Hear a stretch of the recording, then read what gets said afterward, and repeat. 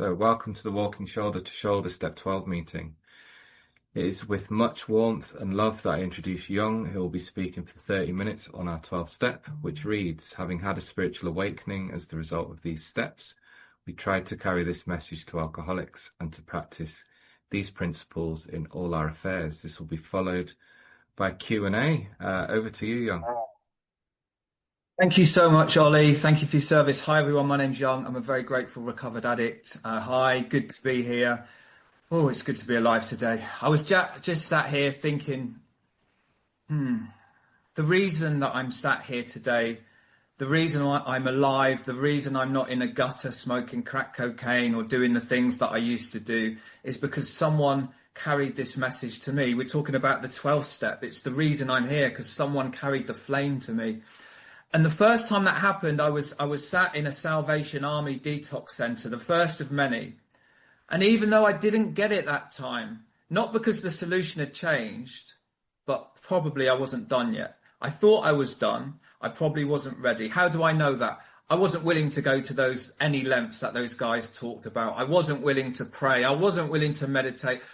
I just wasn't broken enough, perhaps, even though my life was broken. But I wasn't broken enough. But what it did for me on that day, these strange guys who I was suspicious of, who tried to hug me and I frowned at and I said, get away from me, who read this weird language out of this weird book and said some stuff I didn't understand. But what I didn't know then, there was some seeds that were being planted in my soul. Because I did keep coming back to these meetings and eventually I was broken enough and eventually I was able to hear the message and then launch myself into this program like I do today, like my life depends on it. I got a phone call today, another person who's lost their life. And so when we said that pause and that prayer at the beginning, I was thinking of that person unnecessarily died perhaps because we have 100% success rate in the rooms of Cocaine Anonymous. So I met a man and he guided me through these 12 steps and he installed in me right from the beginning. In my first big book, I think it says something like the 12th step is not optional. He said that to me.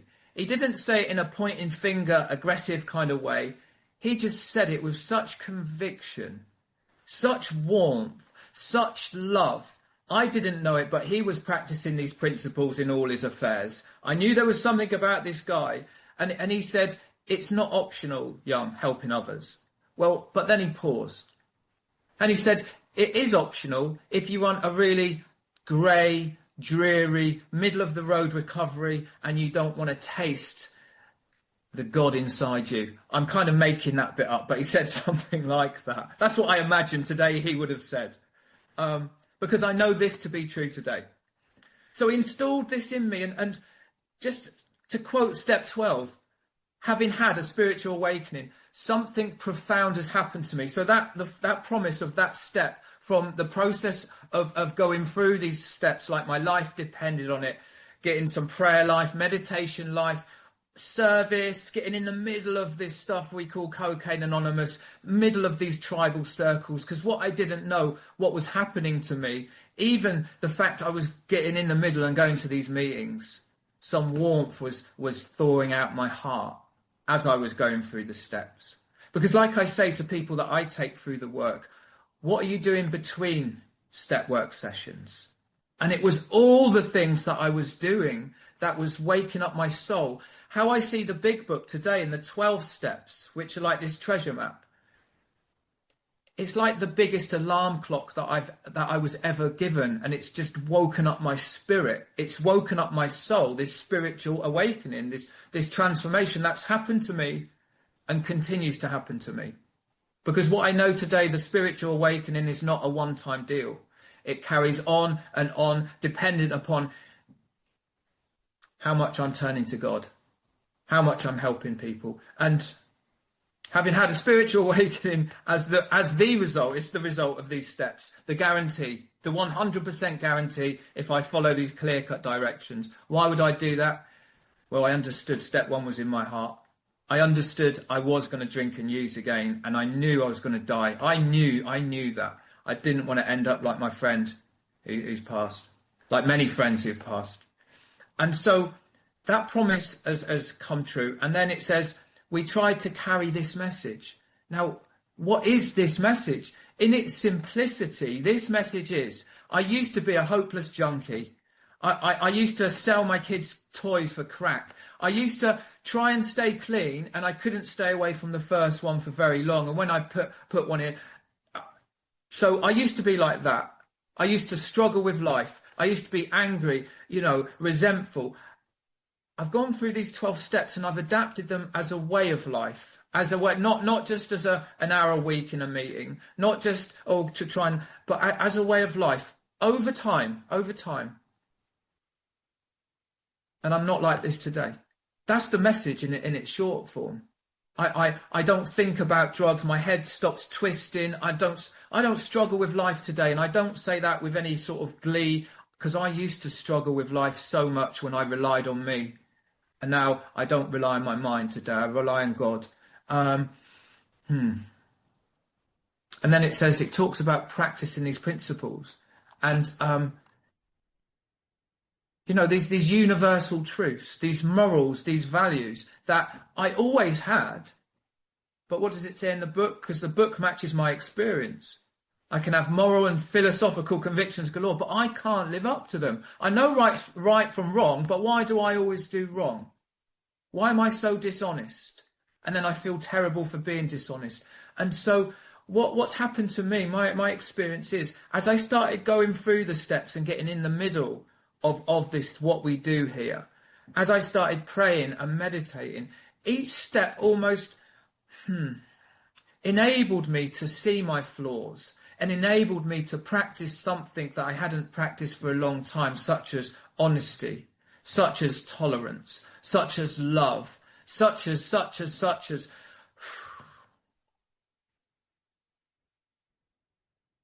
I remember so I went through the steps, and my experience was I went through them fairly quickly. But this is just my experience. Because what I know today, maybe my experience won't fit your experience.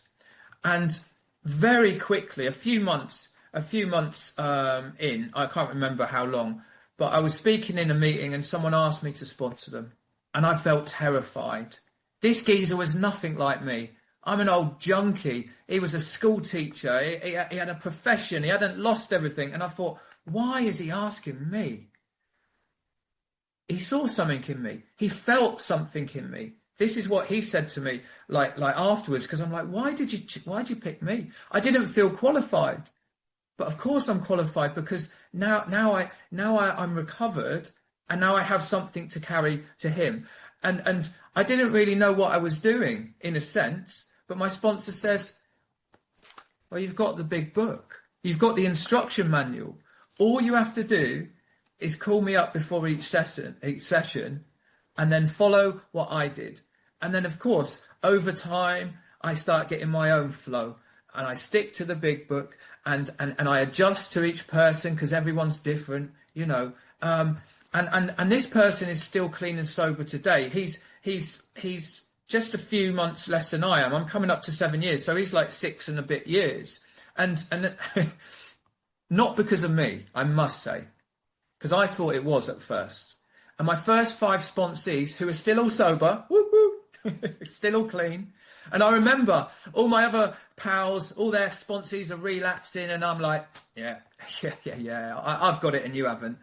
And I said to my sponsor, I said this in all sincerity, because my ego was huge then. Still can be. I said, I think I'm going to be the first sponsor in history of sponsors whose sponsees never relapse. And he just laughed at me, which I didn't like. I said, what are you laughing at? He said, Young, always remember this.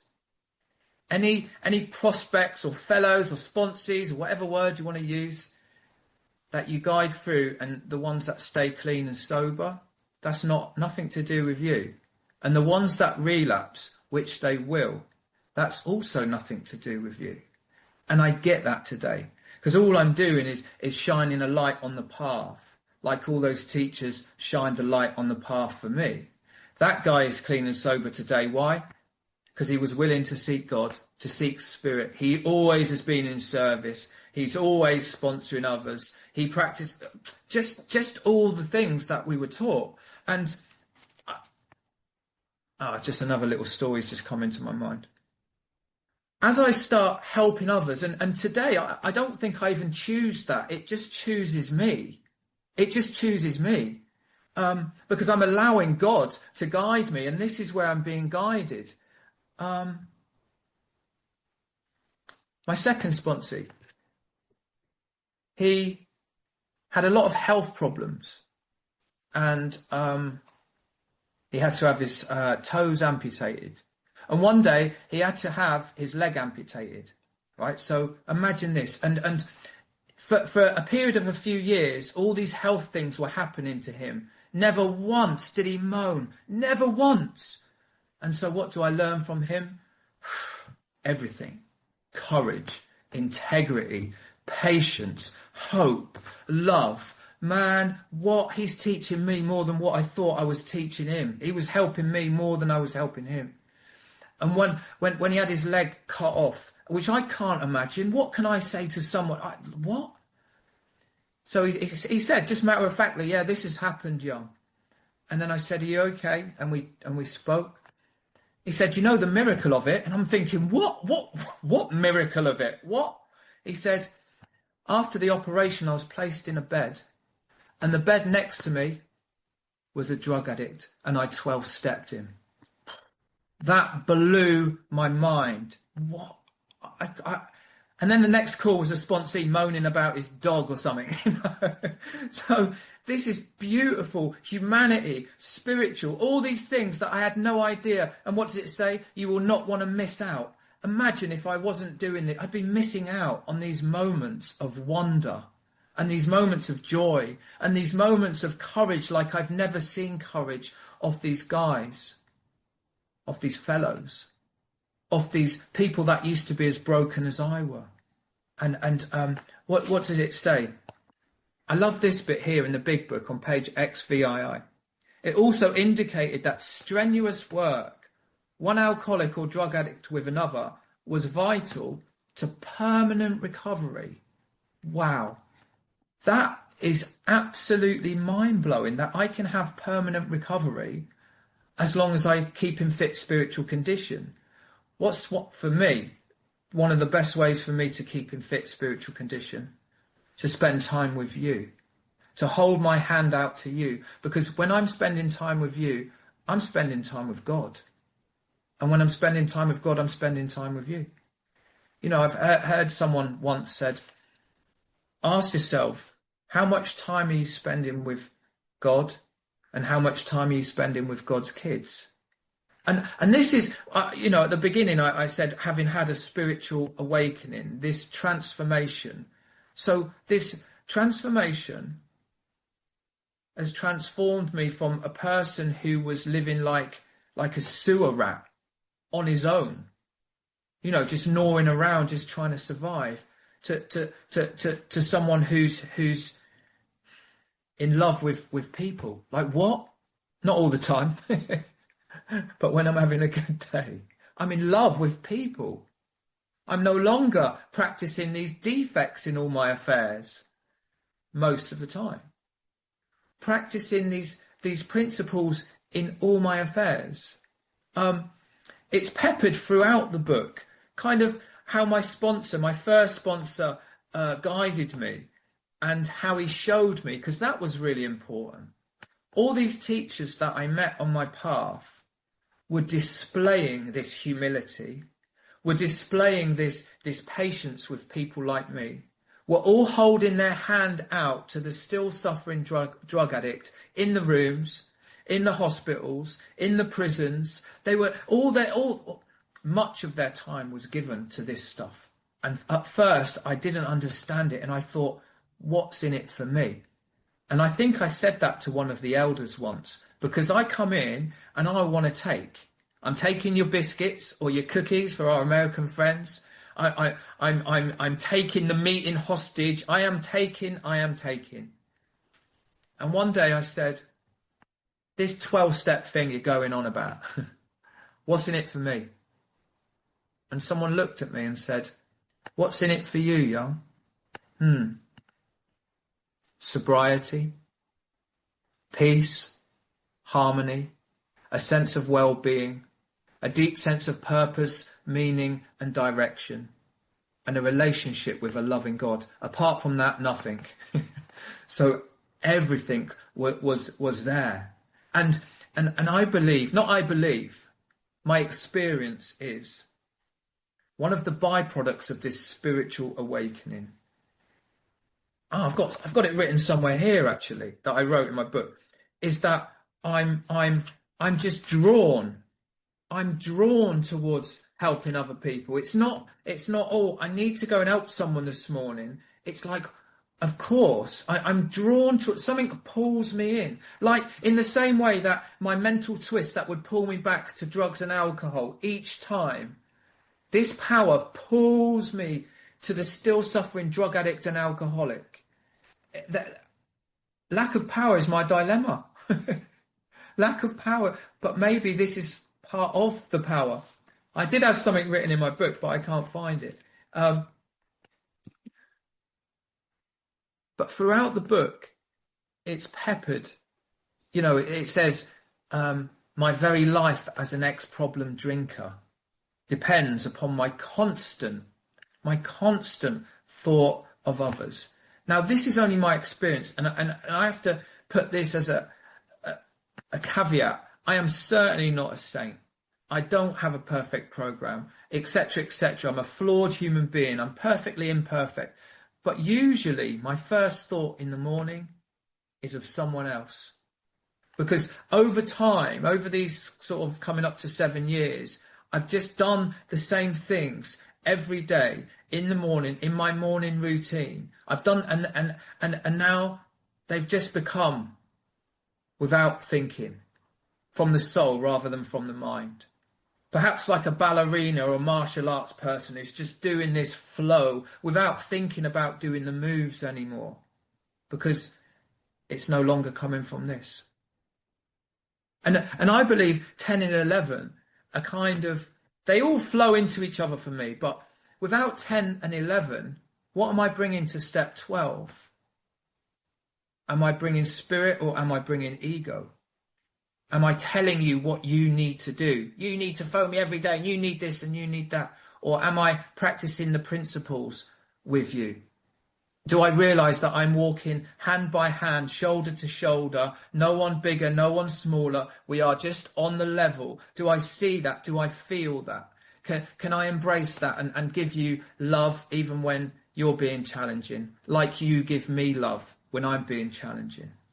And that's why my experiences 10 and 11 are so vital, so that I can bring spirit to 12, so that I can understand that I'm not running the show, and perhaps the mistakes you're making, you need to make them, and that's part of your experience, like the mistakes that I made and I continue to make, and my sponsor allows me to make those mistakes. One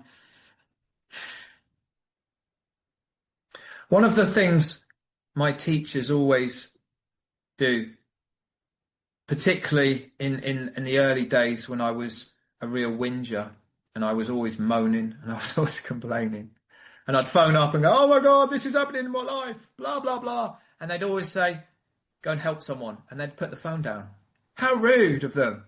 I want some advice. And go and help someone. Who would know? How would the simplicity of that takes me out of that where the main problem centers. And it's like, because I trusted these people so much, my teachers early on, I loved them early on. I trusted them early on. Why? Maybe because, like in that first meeting where I didn't understand the words, but I felt the spirit, the same was true with them. Because they were practicing these principles in all their affairs, something drew me towards them because I was dying. So when they said things like, just go and help someone, I just did it. There was no resistance. Who is it? Harry Tiebout says one of the chief characteristics of the alcoholic or the drug addict is defiance. And I could see, perhaps, I can now, my defiance was going to kill me. And so, thank God for those early teachers who would say things like, go and pick up that newcomer down the road, young. Go and make these calls, young. Go and make some tea for that new kid in the corner who's shivering. And I would just do it. I stopped arguing. I trusted them. I wanted what they had. I could feel, I could taste that they'd had this spiritual awakening that seemed really strange to me. And I share this often. I travel around the country a lot. And I often pop into a meeting that I haven't been to for 1 year or 2 years. And whenever I go to that meeting, there's only a core sort of people that are still there. The people from last year or 2 years ago, they're nowhere to be seen. It's always the ones who are in the middle, always the ones that are sponsoring, doing service, practicing the principles in all their affairs. They're still there. And when I say 100% success rate, well, they're doing the 100% and they're having the success rate of not drinking. But this is the thing. Not only not drinking and not using, but kind of thriving in this humility almost, thriving in this lightness of their walk. Because this is what happens when I start practicing these principles in all my affairs. My words match my actions. Life becomes lighter. I become less serious. I start to get deeper into life, but less attached to life. Not needing the external world to go my way, for me to be okay. Because now I'm thinking of you rather than thinking of me. And throughout the book, it's like peppered, what this is about. Think about, I don't know, the step 9 promises. Self-seeking will slip away. The step 3 promises, which of course I can't remember as I'm sharing. We become less and less interested in ourselves, our little plans and designs. It's tapping me away. Tap, tap, tap. The main problem centers in my mind because it's me thinking about me. But as I start to go through these steps, like my life depends on it. Why? Because of step 1. I am all in. I start to see what the problem is. And then the solution starts to become brighter and brighter and brighter the more I launch myself in. The more I make myself available to make that call, to pick up that newcomer, to do something that's not about me. I'm talking before I've even got to the 12th step. And then by the time I'm there, man, an amazing thing to happen was lockdown for me. And look, I get it. A lot of people died and tragic.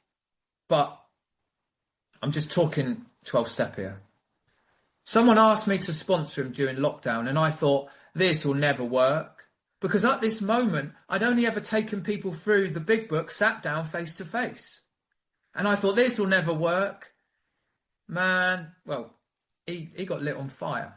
And then throughout COVID, that lockdown, I just spent all my time taking people through the work, looking after me auntie, prayer, meditation. I was lit on fire. What?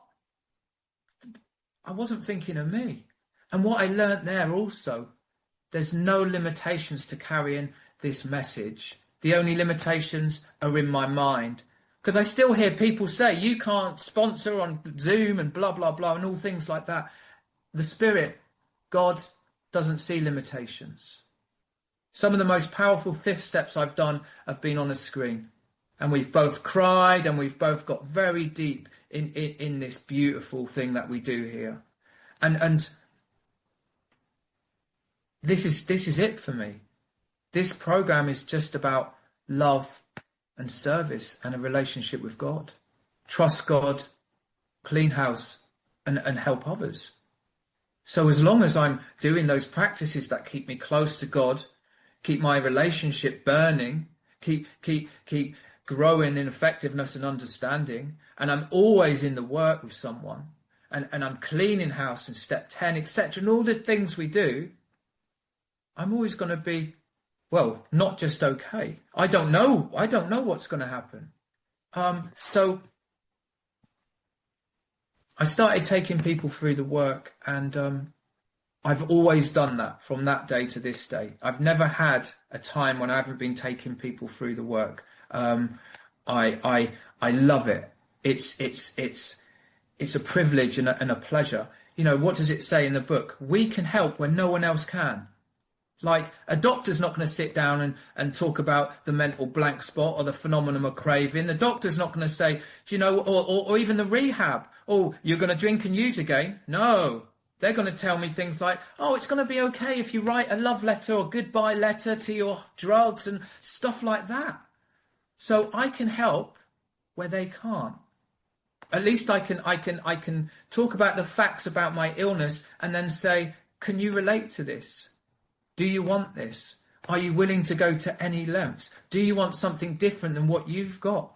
And if someone says, yeah, come on in. Let's have an amazing experience together. Not me trying to tell you what to do. We're going to go through this together. We're going to have an experience together. And that's the beautiful thing. Every time I do a fifth step, every time I'm in this work, going through the book, I'm having an experience as well. I understand that I don't know. I am just like a beginner, just like, wow, this is amazing. About 2 years ago, I set up a sponsee family group, and it's my sponsees and it's theirs and it's theirs. I was inspired by Ralph and Tarek, because they talked about it, and so I spoke a lot with them and asked them about how did they do it. Well, Tarek, and we meet every Sunday and we have a beautiful meeting. We look at all sorts of different texts, and we talk about God, and we talk about this stuff, and I must say, a lot of those guys are deep in this program, all doing service, all sponsoring, all helping others, and guess what? They're clean and sober. How amazing is that?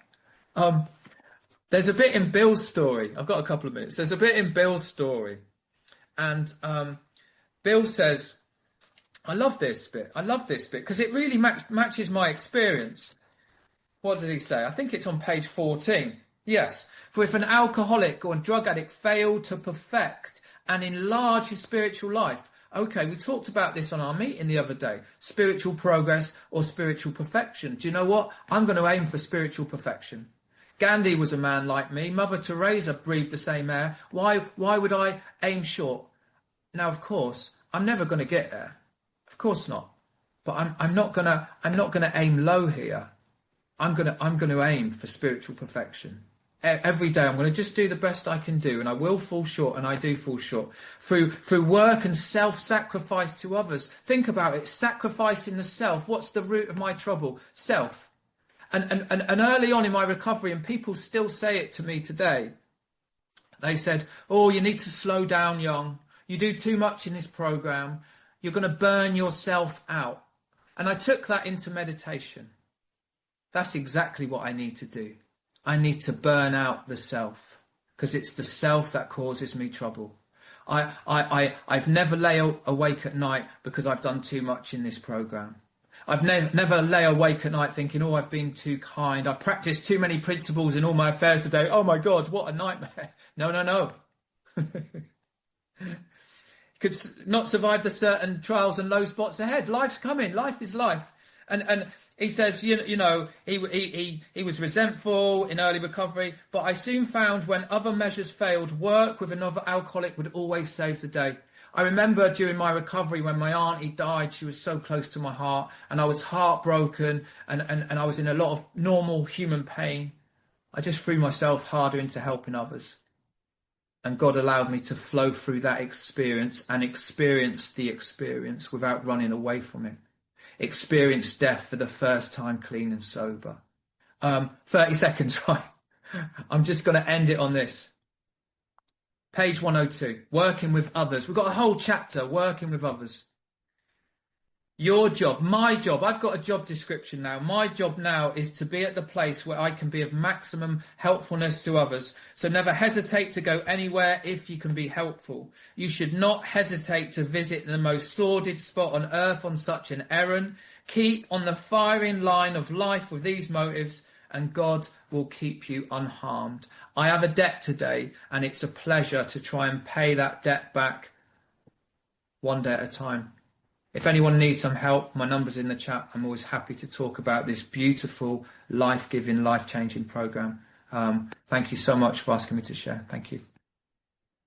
Thank you so much, Young, for sharing with us. But you're not out of the hot seat just yet. We will now open up the room for Q&A. Please limit your questions to 2 minutes.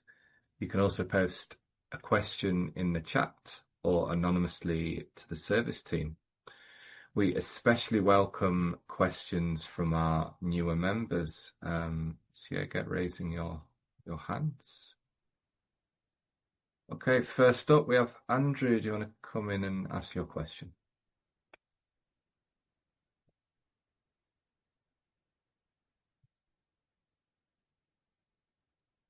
Thanks, Ollie. Cheers, Ollie, and thanks everyone that does service on this meeting. I'm Andrew. I'm a very grateful recovered drug addict. Young, thank you so much for your talk. It's always a pleasure to hear you. My question is, Young, when you get someone on the phone and they phone you up and they're desperate and they want help and everything, and you say, yeah, I'll be happy to help you and that. And then when you start doing the work, you start to sense this lack of willingness. Do you persevere and hope that they hear that alarm call at some point, or do you have a talk with them at some point and say, listen, mate, it's time to get in the game, or this isn't going to work? I'm thinking about that paragraph at the top of page 96 where it says something along the lines that, if someone cannot or will not work with you, we don't waste our time. We move on to somebody who will accept with eagerness what we have to offer. I'm just wondering what your take on that is. Yeah, thank you. Thanks, Andrew. And yeah, that sort of thing does happen. So 2 things came to mind then. The first thing is I'm certainly not going to be phoning people up saying, you need to do this, you need to do that. It's almost like, here's the water. If you want it, come and drink it. It tastes amazing. But then we have people. So I'm not going to, if someone just doesn't turn up, I'll just move on to the next person. But sometimes I've had people, they'll turn up for step work each week. I get a feeling their heart's not in the game. They're not kind of doing service, blah, blah, blah. I'll continue to do it because perhaps I'm planting seeds. Perhaps I won't get it this time, but maybe, I don't know. I'm not God. I don't know. If they're turning up for step work, I will point out the things they're not doing, but I'm not going to go on at you to do them. Because what does it say is indispensable? The who of this program: willingness, honesty, and open-mindedness. These things. So I can't do without those things. And the place where I work, which I won't say because I don't want to break traditions, I often say, if you haven't got willingness, there's the door. You might as well go now. And it might sound harsh, and it probably is, but that's my experience. I hope that's helpful, Andrew. Thank you. Great question, Andrew, and great answer, Young. Danny, do you want to come in with your question, please? Yeah, thanks, Ollie. My name's Danny. I'm an addict, and thanks everyone who's doing service. Young, so good to see you, so good to hear you. Thanks so much for the share.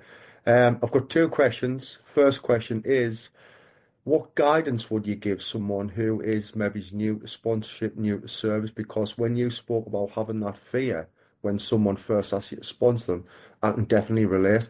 So that's the first one. Secondly, how does sponsoring others and carrying this beautiful message get you closer to God?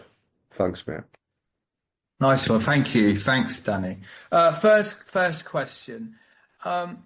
When people I take through the work first start taking others through the work, I think there's someone in here actually that I see.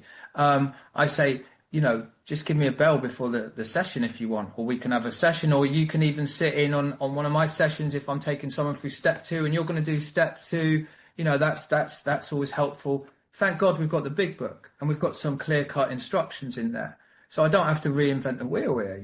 I can stick to that, and I can get people into this. And remembering, if I'm sticking to the instructions here, what can I haven't got the power to get anyone sober or clean or keep anyone clean, and I haven't got the power to make anyone relapse. Do you know what I mean? That maybe sometimes might take the pressure off if someone's like, oh my God, it's like we're just guides. We're just putting a torch. We're just putting a bright light on the path. That's kind of how I see it. Second one, how does sponsoring others? Okay, it continues to transform my soul, Danny. It maybe chips away at my selfishness. It maybe chips away at these barriers that I've built through the years of my impatience, my intolerance, my judgment, all these that come back, of course. But when I'm working with you, when I'm sat down for an hour, that's not there most of the time. And also I start feeling closer to humanity. I know that sounds a bit weird. I start, all that external stuff, it doesn't really, it melts away. Like I don't take any notice of it. Like I shared this last night somewhere. One of the best things I did was get rid of my TV 10 years ago. I mean, it was to buy crack cocaine, but that's not the point, right? Is that I don't take any notice of the external noise anymore. And someone says, how you don't know what's going on in the world. And I say, I know what's going on in my community. God, grant me the serenity to affect, I can't even remember the serenity prayer, but you know it. Thanks. Thanks for your question, Danny. Ark House, do you want to come in and ask your question?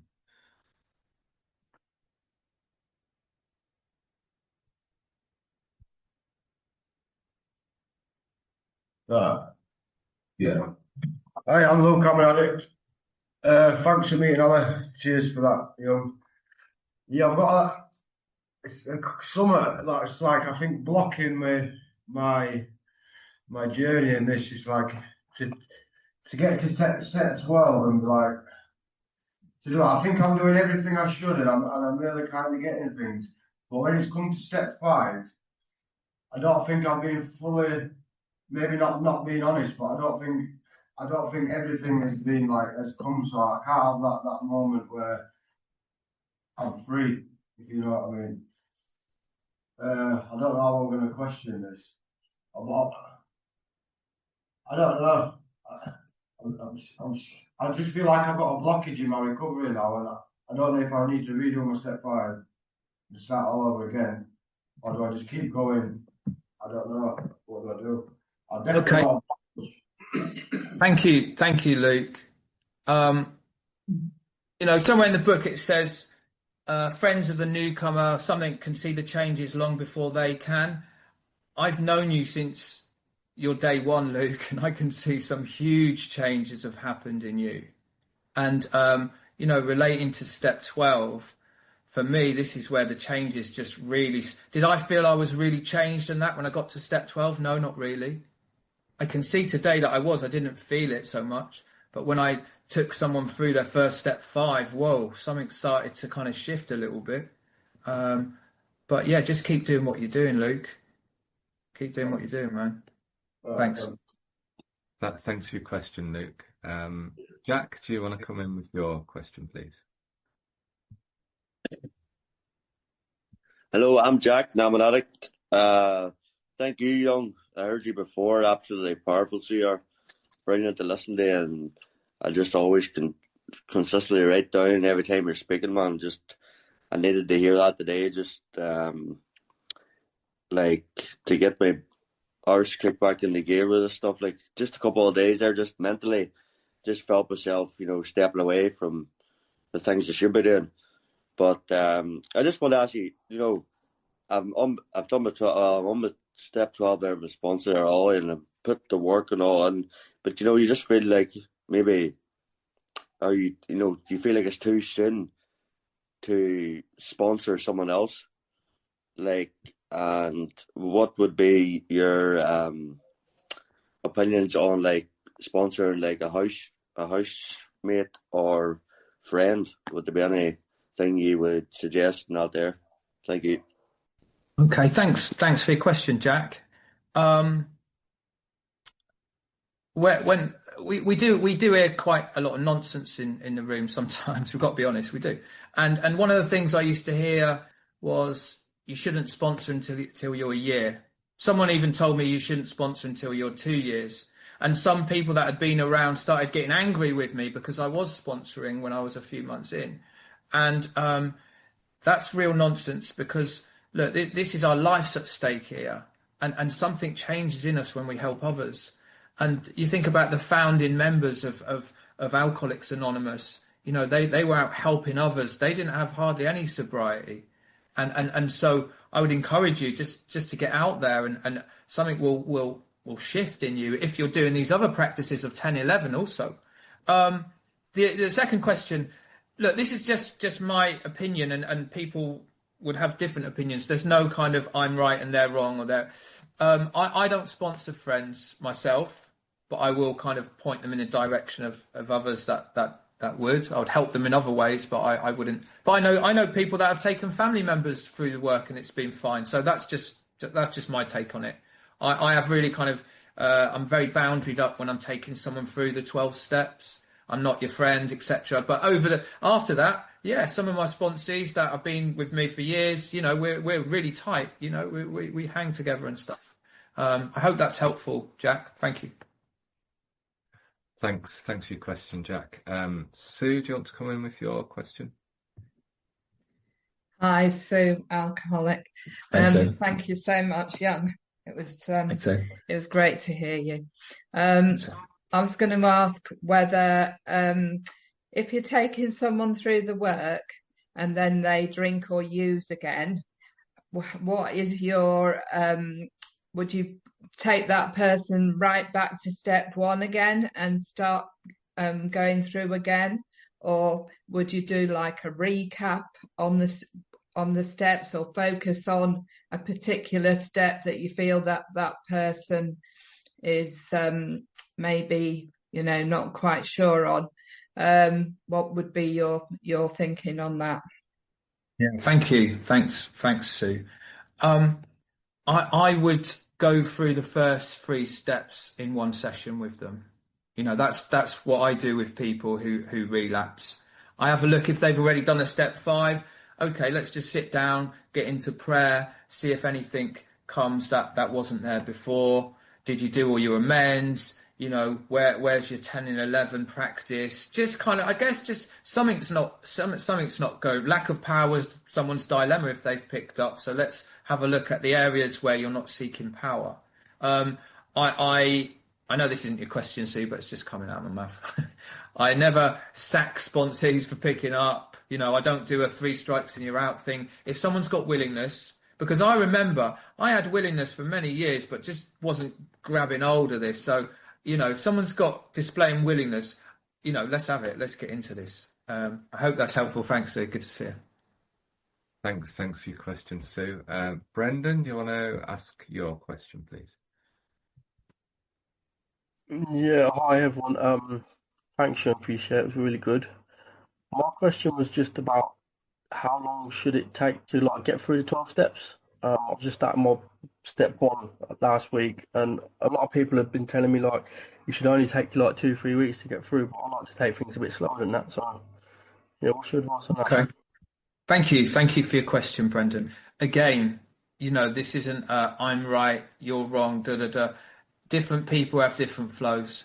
I know, see Cameron's on here, right, Cameron? Cameron's got a great workshop, 12 steps in 4 hours. You know, what I was taught, the steps can be, and you know, if we study the book, it almost implies that we should go through it at quite a rate. After step 3, it says next we launched, and it's like more action. And because I was always taught when I was in the rooms, staying sick for a long time, take your time, this isn't a race. And then someone says, Young, this is a race. This is a race for your life. This is a race before that thought of yours that always comes into your head and twists your mind and you go back out there. It's a race to get a power so that doesn't happen again. And so I do step 1 in 1 session with my guys.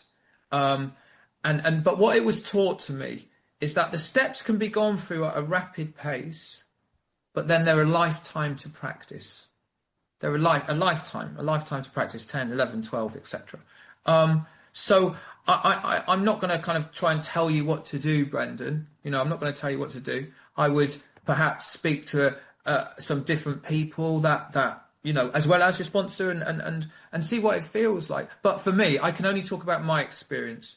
I'm glad that I didn't take a long time going through my steps, because my history taught me that I didn't know if I had 5 days before my mind took me back to heroin and crack cocaine and alcohol, or 30 days. And I didn't want to take that risk because I didn't want to go back there. I hope that's helpful in some way. And there's lots of great book studies and stuff online also. Thank you. Thanks, Brendan. Appreciate that. Thanks for your question, Brendan. Carl, do you want to come in with your question, please?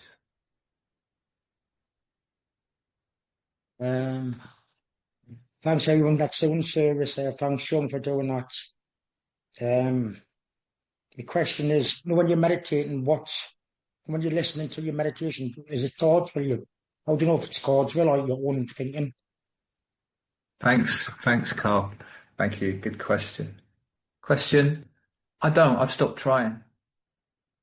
I've stopped trying in life. Sounds weird, that, doesn't it? When I'm meditating, I'm trying to stick to the question. I just sit in posture and I just breathe. And I just allow whatever to happen to happen.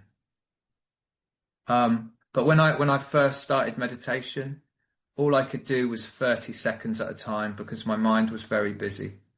And then over time, I can build it up more and more. And then I start to have new experiences. And I think what happens is what has happened is, through the result of persistent prayer and meditation, I get these fruits in my life, that I'm able to practice principles in all my affairs. I'm drawn towards, I think all these things are tied in. I believe. I hope that's helpful. Sometimes I don't have words, Carl, for this stuff. I don't, man. Thanks, Carl. Inga will be our last question for tonight. Do you want to come in and ask your question? Hi, thank you for your service. I'm first time on this meeting, but I sat today outside the Tesco and I saw the man who looked like you. I lost you. Where are you now, young lady? Yeah, I saw the man and he got even same glasses. And then I opened that audio and you posted up about the meditation. And I thought of you, so I just sat there and did that breathing. Like, that's so nice. Thank you very much for your hard work in recovery. I wanted to ask you the question, how important is for the step 4 to do the harm list, sexual conduct, fear list, and what happens with it? Because my sponsor said, I can't listen to you anymore. So everything, what is there, I leave it with you, I said. But I didn't even write that sexual conduct and the harm list. And that's it. I can't go. Or do I go and challenge her? Because I feel like I don't these resentments. Maybe there was too much said. And she refused to let me read them out, the rest of them. So I'm like, I don't know. I'm on 6 and 7 and I found it really, really hard. And I think that's my rock bottom in my recovery. But my question about the step 4, please, if you could guide me, please. Thank you. Thank you. Thank you, Inga. I'm wondering who that impersonator was in your country, wherever you are. So step 4, I can only give you my experience. I don't want to say your sponsor's wrong or she do it like this, because I don't know the full picture. What I know is my sponsor gave me the instructions out of the big book to write a resentment inventory, a different, the fear inventory. There's kind of questions on that page about fears, and then there's 9 questions, I believe, on page 69 for the sex inventory, so I can write a sane and sound sex ideal. And he says, right, here's the instructions, go do that in a week. I wrote it, we sat down, we shared it in a couple of hours, done, on to 6 and 7. And after that process, I saw deeply my self-will, I saw my defects of character, I saw that I don't like things when they don't go my way, I saw my argument with the world itself. And that was it. It was a very simple process. And I've done a few step fives with different teachers, and each time I do one, I have a deeper experience. I hope that's helpful in some way. But remember, and I'm not telling you to do this, by the way, but if something doesn't feel right, we're not tied to a sponsor. You know, there's many good teachers out there. All right, thank you. Thank you, Inga. That thanks you question, Inga.